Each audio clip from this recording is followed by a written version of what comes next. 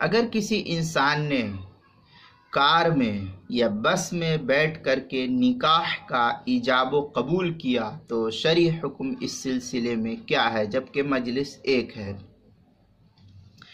تو اس سلسلے میں یہ جاننا چاہیے کہ اگر چلتی ہوئی کار یا بس، ٹرک یا ٹیمپو یا اور بھی جو اس کے قبیل کی گاڑیاں ہیں، اس طرح اس کے اندر ایجاب اور قبول کیا کہ گواہوں نے پوری طرح اسے سن لیا، جیسے آج کل بڑی گاڑیاں ہوتی ہے، بڑی گاڑیاں اس کے اندر بہت سارے لوگ بیٹھے ہوئے رہتے ہیں، اور بسیں تو آج کل بہت چلتی ہے، اس کو سمجھنا آسان ہے، بس ہے، کار ہے، ٹرک ہے، اس کے اندر بہت سارے لوگ موجود ہیں۔ تو اگر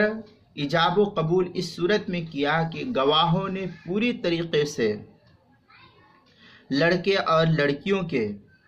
ایجاب اور قبول دونوں کو سن لیا، اور اس کے سننے میں، ایجاب اور قبول کے سننے میں کوئی شک و شبہ بھی گواہوں کو نہیں رہا، تو اس صورت میں فقہا یہ لکھتے ہیں کہ یہ ایجاب اور قبول بھی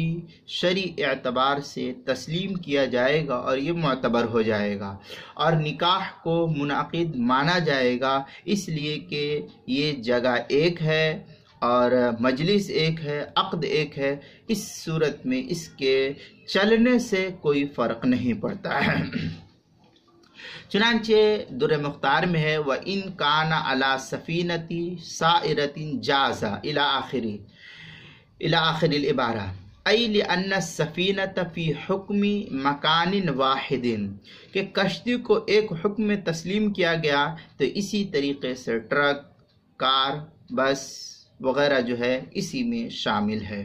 چنانچہ یہ عبارت در مختار شامی کی کتاب النکاح جو زکریا بک ڈیپو دیوبند کا ہندی نسخہ ہے، اس کی چوتھی جلد صفحہ 76 پر اس مسئلے کو نقل کیا گیا ہے۔ اسی طریقے سے کتاب المسائل کی چوتھی جلد صفحہ 92 پر بھی اس کو نقل کیا ہے، وہاں بھی اس کی تفصیل کو دیکھ سکتے ہیں۔